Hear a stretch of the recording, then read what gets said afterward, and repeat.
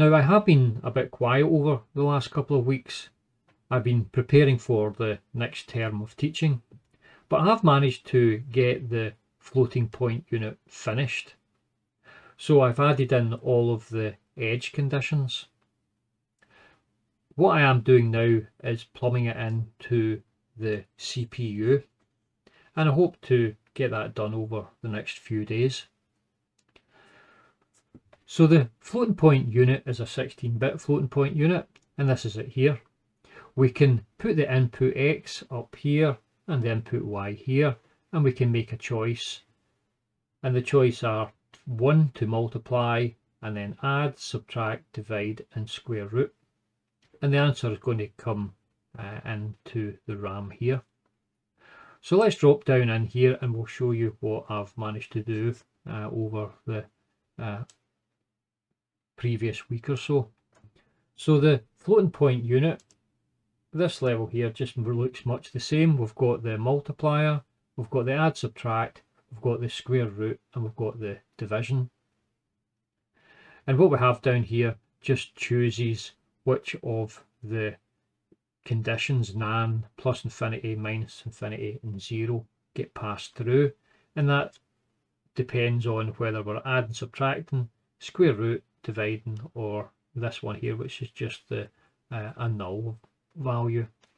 So the thing that's different here is within the square root and the division. So I've added in some edge conditions. Now the square root one's probably the simplest of the two. So you can see we've got this extra block here. Now I worked out 5 edge conditions for the square root, and I will go through all of the conditions whenever I do the final course, but the square root one's relatively straightforward. There was only 5 that I could work out. So for example, we're going to have the, if I can find the right one, got it here. We're going to have the values x that are less than 0, because we can't have the square root of negative numbers. So that's going to give us not a number. When x is equal to 0, the square root of 0 is 0. When x is plus infinity, the square root is plus infinity. When x is minus infinity, again it's going to be not a number because we don't have square roots of negatives, including infinity. And we've got the value for x is not a number, then the square root of not a number will be not a number. Okay, so that's what this does here. So we can go through and work out the square root here, and we've got the square root coming in. So we can either pass the square root straight on to the output, or we can change it depending on these edge conditions. And the special cases are tested in here. So I'm not going to talk through it in any detail here, but we've got, if I actually zoom in, we've got the edge conditions that I've got noted down in a little bit of paper. So we really get edge conditions for, there's 1, 2, 3, 4, and 5. Okay, so I will explain that whenever it comes to generating the full course. But in essence, all I'm really doing is bringing in the value of x and then making a comparison here between values that are less than 0, values that are equal to 0, values that are equal to plus and minus infinity, and then changing both the value for our x and y here for the output, and also changing the values here for our 0, nan, plus and minus infinity flags. So if I head up and go into the division unit, you can see we've got the same setup here, and the only difference is in the division unit it's a little bit more complicated. I came up with 17 different edge conditions which I had to meet. So I've gone ahead and done that, and this is the circuit here. Now ostensibly it's the same type of circuit we've seen just a second ago, it's just a bit larger, there's a bit more to it. So we've got in effect 4 blocks here. So there's a block here, 1, 2, 3, and 4, and these are all the edge conditions for the plus infinity, minus infinity, the nan, and the 0. So it's going to change the output depending on whether these edge conditions appear, and it's also going to change the value for our flags. So that's the basis of the edge conditions which have been generated. Now what I can do here is I'll choose just a couple of values just to show you this working under edge conditions. So I could choose, for example, a value for x, so we'll just put a random value for x in, okay, which was actually a positive value, okay, and we'll put in a value for y which is for example 0. So 0 in our 16-bit float is 8000. Now we're going to go through and we can multiply this, okay, so we put in a value of 1. So this is going to be a value times 0 is just going to be the value 0, okay, and you can see the 0 flag appearing here, and we could add these, okay, so we pop in 2, and in this case here it's just going to add the two together, so it's just going to be this number here plus 0, which again is just this number here, and there aren't any flags appearing. And if we head into 3, so it's going to be the same again. We're going to subtract, so it's this number minus 0, which just gives us that number, okay, and we'll go through to the fourth one, which is the division. So we're divided in a number by 0. When you divide a number, a positive number, by 0, you're going to get, in this instance, we don't set it as not a number, we set it as plus infinity, okay.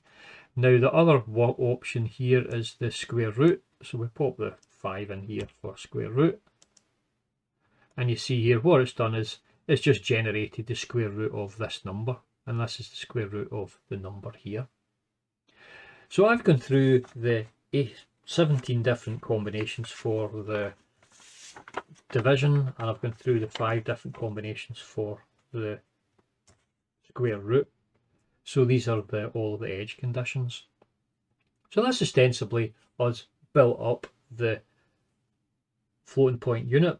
Now the floating point unit is going to be an integral part, or probably the major part, in the math coprocessor.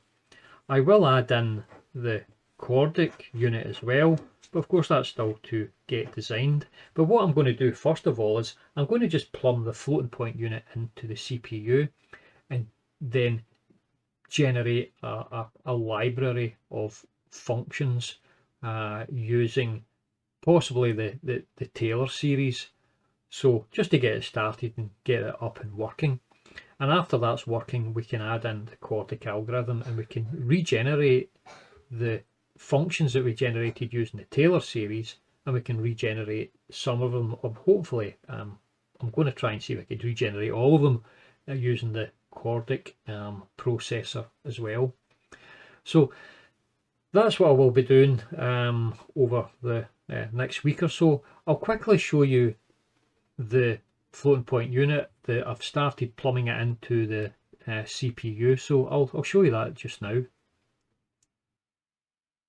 So this was the final design that we seen at the end of Design a CPU 3, and we used it for the video series Code the Machine. So if I drop in here, you'll see that I've actually added another component, and the component here is called Math Coprocessor. Now it's not going to be plumbed in just like this. I've just put this in temporarily just to get me started. So in effect we're going to have the Math Coprocessor in here, and the Math Coprocessor is going to have our floating point unit, and it will also have a chordic unit as well, which is still to get designed. So over the next week I just want to get this here working, so I have to have the assembler adjusted, and my good friend Timothy Morgan, he's going to add in the new assembly language instructions. So I'll get in touch with him over the next few days and see if we can get that done. And the new instruction is going to have to take a value for x, which is 16-bit, and then have to then take the value for y across the bus in here, and then the value for the select. Once it's done that, that's really it. done because this here is a combinational logic circuit, so the answer will just drop straight out here. So then we're going to have to take that answer there and then save it in a position somewhere. So I'll have to get into a register or a memory location somewhere. So that's basically what we're going to have to do over the next week or so. But once we get that up and running, we're a good bit of the way there to generating our math coprocessor. So that's all I have for the moment, and I will be working on this over the next week or so. So that's all for this video. Thank you for listening. I'll get you on the next video. Goodbye.